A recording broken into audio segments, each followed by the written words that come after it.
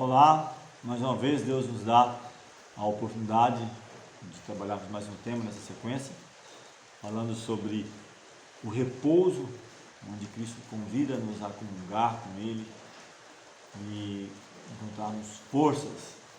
Esse é um convite inicialmente para os discípulos, mas também se estende a cada geração, a cada momento, em termos dos nossos labores, nossos trabalhos, nós tirarmos tempo também para a comunhão com o Senhor. Quero convidar nesse momento a falar com Deus em oração. Amorável Deus, bondoso Pai, te rendemos graças pelo teu cuidado, tua proteção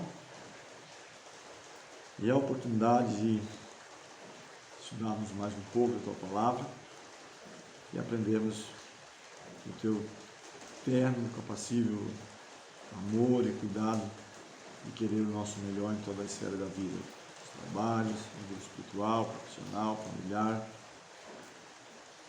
e nos salvar por completo.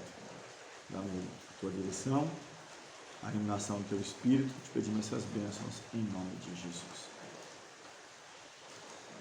Vinde, repousai um pouco.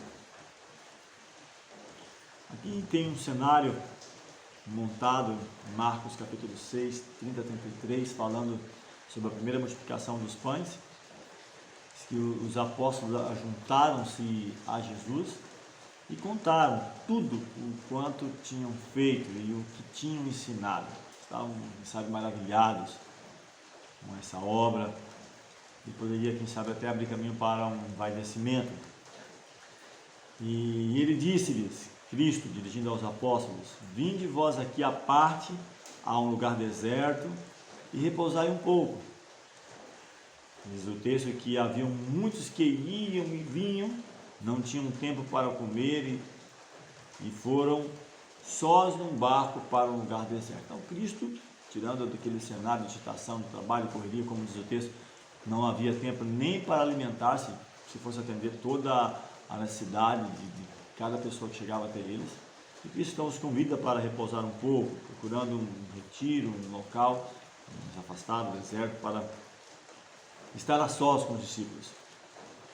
Mas o texto continua dizendo que a multidão viu-os partir, e muitos o conheceram e correram para lá, a pé de todas as cidades, e ali chegaram primeiro do que eles e aproximaram-se dele. Então eles desconfiaram de que eles estavam saindo para esse retiro, esse refúgio, e quando chegaram lá, disse que já haviam pessoas, multidões aptas para ouvir os ensinamentos de Cristo, e não conseguiram, quem sabe, ter aquele repouso que Cristo havia planejado. E falando um pouco sobre essa questão do repouso, desse cuidado de Cristo, de Deus, que, aliás, semanalmente Deus nos dá o exemplo, desde a criação, quando Ele, no sétimo dia, descansou, abençoou e santificou, demonstrando que é importante esse repouso para revigorar as energias, para a comunhão com Deus e para lembrar-nos de que Ele é o Criador. Isso é importante, até mesmo só abrindo um parênteses, não é o tema, mas que se no mundo inteiro as pessoas estivessem fiéis a esse mandamento, quem sabe nunca teria tido local ou lugar para um ateu ou incrédulo, porque semanalmente se comemora de que há um Criador. E quando ele diz: vinde vós aqui à parte, a um lugar deserto, repousai um pouco, então isso demonstra a ternura, a compaixão de Cristo para com todos que se acham ao seu serviço. Ele estava querendo mostrar aos discípulos que Deus não exige sacrifício, mas misericórdia. Eles haviam posto toda a sua alma no trabalho em favor do povo, e isso estava esgotando as energias físicas e mentais, e convinha ou cumpria-lhes, ou era necessário eles repousar um pouco. Então, ainda mais um outro ponto importante que eles não podiam perder de vista é a comunhão com Cristo. Porque, quem sabe, uma vida de tarefa, trabalho, mesmo em questões espirituais, não significa que estamos em harmonia ou em comunhão com Cristo. Então, como os discípulos ali houvessem visto o grande êxito dos seus trabalhos, poderia estar em risco de atribuir a honra, quem sabe a si mesmo, aos seus esforços, à sua dedicação, e poderia estar nutrindo o orgulho espiritual e caindo sob as tentações de Satanás. Então, achava diante deles uma grande obra a ser feito, principalmente aprendendo com Cristo, depois eles mesmos dando seguimento a essa obra. E antes de tudo, eles precisavam aprender que a sua força não se encontrava neles mesmos, mas em Deus. Isso é muito importante. E aqui temos alguns exemplos. Sabe, Moisés no deserto do Sinai, Davi entre os montes da Judéia e Elias junto à fonte de Querite. Necessitavam também os discípulos, igualmente como esses exemplos que demos aqui, de pôr-se à parte das cenas de sua atarefada atividade para comungar, ter comunhão com Cristo, com a natureza e quem sabe com o próprio coração, para meditação, para reflexão, para renovar as forças para as atividades, não de si mesmo, mas de Deus em sua vida. E ainda comentando sobre o repouso com Cristo, esse repouso que Cristo e os discípulos fizeram não era algo para si mesmo, uma complacência consigo mesmos. Esse tempo que eles iriam passar afastados não foi dedicado, quem sabe, à busca de prazer, mas estavam, quem sabe, falando a respeito ali da obra de Deus, da possibilidade de torná-la mais eficiente, ou planos para torná-la mais eficaz. Os discípulos ali, estando com Cristo, podiam compreender. Cristo não precisaria estar falando por parábolas, e vamos falar sobre parábolas muito em breve também.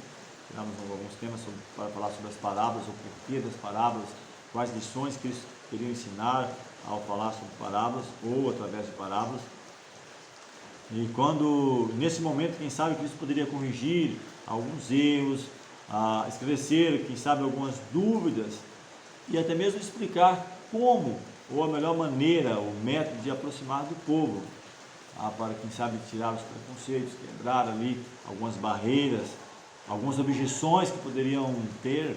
E o próprio Cristo, ele foi mestre nisso, o maior ensinador que este mundo já teve, já viu, ao aproximar, mesmo do espírito mais ali, quem sabe, de complexidade, de dúvida, de preconceito, como ele lidou com Nicodemos, a mulher de Samaria, os próprios líderes judaicos. Então é muito importante aprender de Cristo como lidar, como aproximar das pessoas, ou de cada classe, como ele próprio ensinou os discípulos, vinde após mim que não serei pescadores de homens. Não se pesca os mesmos peixes com a mesma isca, o mesmo anzol, a mesma linha, o mesmo horário. Então é importante aprender essas estratégias que Cristo ensina ao aproximar das pessoas. E aqui ainda ele poderia abrir-lhes mais plenamente a eles os preciosos tesouros da verdade, e ali então serem revigorados pelo poder divino e animados pela esperança e coragem. Então, é claro, teria um momento para o descanso, sair daquele cenário de labor, de constante atividade, mas de revigorar as energias para o trabalho de Cristo. E trazendo também uma aplicação para nós, essas mesmas palavras de Cristo dirigidas aos seus obreiros, aos discípulos na época, pode ser dirigida também às pessoas envolvidas nas atividades hoje, principalmente na questão espiritual, mas também nos nossos afazeres, onde ele nos convida: vinde à parte e repousai um pouco. Diz os que se acham fatigados, esgotados, para que tirem um tempo para revigorar as energias. E como mencionamos, semanalmente temos essa oportunidade, onde ele diz: lembra-te do dia do sábado para o santificar, 6 dias trabalharás, farás toda a tua obra, mas o 7º dia é o sábado do Senhor teu Deus. Nele não fará nenhuma obra, nem tu, nem teu filho, nem tua filha, nem teu servo, nem tua serva, nem o forasteiro das tuas portas para dentro. Então seria um momento, quem sabe, para revigorar as energias, deixar os nossos afazeres, nossas preocupações, como está registrado em Isaías 58, chamados ao sábado eleitoso, digno de honra e o honrares, não seguindo os teus próprios afazeres, tuas próprias preocupações, mas preocupado, quem sabe, com a vida espiritual, familiar, ter esse tempo para a comunhão, quem sabe para dedicar a alguma atividade espiritual, ou até mesmo visita a alguma pessoa, um hospital, uma pessoa doente, ou como Cristo dedicou algumas curas aos sábados, e foi até criticado, diz, se uma ovelha cair no buraco, vai deixar morrer porque é sábado? Então ele menciona aqui obras nesse aspecto, não é pecado, está mencionando aquilo que do nosso dia a dia, nosso trabalho, nosso ganha-pão. E ele diz aos que se acham fatigados e esgotados, essa mensagem: não é sábio estar sempre sob a tensão do trabalho, mesmo que seja em questões espirituais, como os próprios discípulos, evangelizar, ensinar, diz, vinde e repousai um pouco. Não é sábio estar assim sob tensão em todo o tempo. Então, por essa maneira é negligenciada a piedade pessoal, o tempo para a comunhão pessoal. Ao mesmo tempo se sobrecarrega as energias mentais, espirituais e físicas, e nós, quem sabe, não poderemos nos dedicar de maneira mais equilibrada e alcançarmos o melhor resultado para Cristo, caso tirarmos esse tempo para a comunhão, para a busca pessoal, a compreensão e o alimento próprio para a nossa vida. Nós precisamos dar aquilo que temos e recebemos de Cristo. Aqui falando um pouco sobre Cristo, a vida dele, nenhuma outra vida foi tão sobrecarregada de trabalho e responsabilidade como a de Cristo. Todavia, no entanto, quantas vezes ele estava em oração? Quão constante foi a sua comunhão com o Pai, com o Eterno? E repetidamente na história de sua vida terrestre se encontra um registro como esses. Diz o texto, que você pode encontrar em Marcos 1,35, Lucas 5, 15 e 16 e também Lucas 6, 12. Diz que, e levantando-se de manhã muito cedo, fazendo ainda escuro, saiu e foi para um lugar deserto e ali orava. Então, Cristo ele dedicava muitas vezes noites inteiras em oração, em comunhão, principalmente em momentos especiais. Ele dedicou no início do seu ministério, ou antes de iniciar seu ministério, 40 dias em jejum, oração, comunhão com o Eterno. Depois, quando ele foi escolher dentre aqueles seus seguidores, os 12 discípulos, a noite inteira em oração, para ser orientado pelo Espírito de Deus. Diz que muitas vezes ele saía de madrugada, no escuro, para um lugar deserto e ali orava. Diz que ajuntava-se muita gente para o ouvir e para ser por ele curado das suas enfermidades. Porém, ele retirava-se para os desertos e ali orava. E aconteceu que naqueles dias subiu ao monte a orar e passou a noite em oração a Deus. Os textos que eu mencionei revelam essa fala que nós aqui apresentamos. Então, o próprio Cristo, tendo um dia inteiro de atividades, muitas vezes também à tardezinha, ele tirava um tempo para atender aqueles que não poderia vir no decorrer do dia, e sabe, aqueles que tinham que estar no dia a dia, na luta, na correria, para manter as suas famílias, e ele tirava um tempinho para atender essas pessoas também, organizava a sua agenda de modo a atender a todos. E além disso, ele tirava tempo para a comunhão, para estar a sós com Deus e orar. E é isso que tornava a sua vida tão eficaz no decorrer do dia, o poder que vem de Deus para ele atuar nas suas atividades. E é-nos feito o convite, em todos quantos se acham sob a direção de Deus, deve se ver uma vida que não se harmonize com o mundo, seus costumes ou práticas.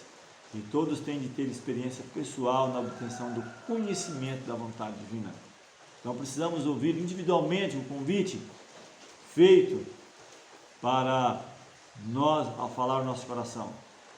Quando todas as outras vozes silenciam e em sossego esperamos perante Ele, o silêncio da alma torna mais distinta a voz de Deus. Ele nos manda: aquietai-vos e sabei que eu sou Deus. Salmo 46, 10. Quem sabe quando todas as vozes silenciam, nossa correria diária, os trabalhos, negócios, dos nossos afazeres, seja qual for a nossa atividade.